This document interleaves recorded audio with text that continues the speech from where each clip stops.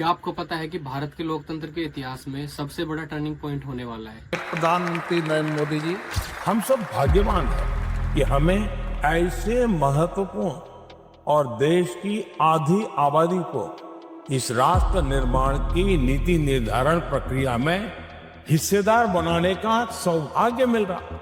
गलियारों में जिस डिलिमिटेशन बिल की बात हो रही है और जिसको लेकर चारों तरफ कोहराम मचा हुआ है, This is an attempt to change the electoral map of India. मैं नहीं मानता कि कांग्रेस बेवकूफ है, कांग्रेस चालाक है।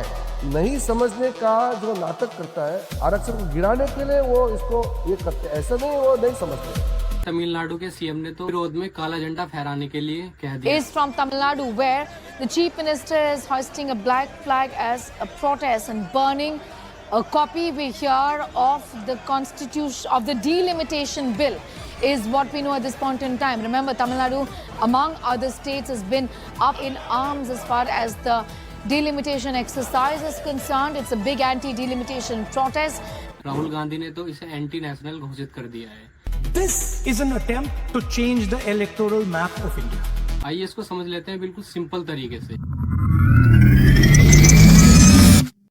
जनसंख्या के आधार पर लोकसभा और विधानसभा की सीटों को और उनकी शर्तों को बढ़ाना हमारे संविधान आर्टिकल 82 के अंतर्गत हर 10 साल की जनगणना के बाद ये करने के लिए कहा गया है। लेकिन इसको सन 1971 में इंदिरा गांधी जी और अटल बिहारी वाजपेयी जी ने बैन कर दिया था। अब सन 2026 में इसको फिर से लागू करने की बात की जा रही है। इसमें लोकसभा की 543 सीट अभी हैं, लेकिन इसे लागू होने के बाद 850 सीट हो जाएंगी। लेकिन बीजेपी यहाँ पर बोल रही है इस बिल को लागू होने के बाद ही 33% आरक्षण महिलाओं के लिए हम लागू करेंगे। ये तो वही वाली बात हो गई ना, मेरे पास 543 आम है लेकिन मैं महिलाओं को तभी दूंगा जब मेरे पास 850 आम हो जाएंगे। बात का कोई सेंस है? अभी भी कर सकते हैं, 543 पर भी आरक्षण लागू कर सकते हैं, लेकिन ये ऐसा नहीं करेंगे क्योंकि ये जानते हैं इस बिल को विपक्ष एक्सेप्ट नहीं करेगा और इसकी निंदा करेगा और इन्हें फिर ये कहने का मौका मिल जाएगा। आज भारत का हर नागरिक देख रहा है कि कैसे भारत की नारी शक्ति की उड़ान को रोक दिया गया।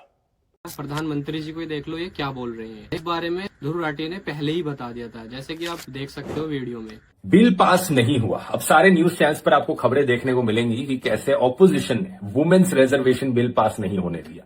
हैरान मत होना, कुछ दिनों बाद प्रधानमंत्री भी अपने भाषणों में जाकर कहने लगे, मेरी माताओं बहनों देखो कैसे ये औरतों के खिलाफ हैं, आप लोगों का बिल नहीं पास होने देते। लेकिन सच बात यह है कि वुमेन्स रिजर्वेशन बिल तो 2023 में पास हो गया था।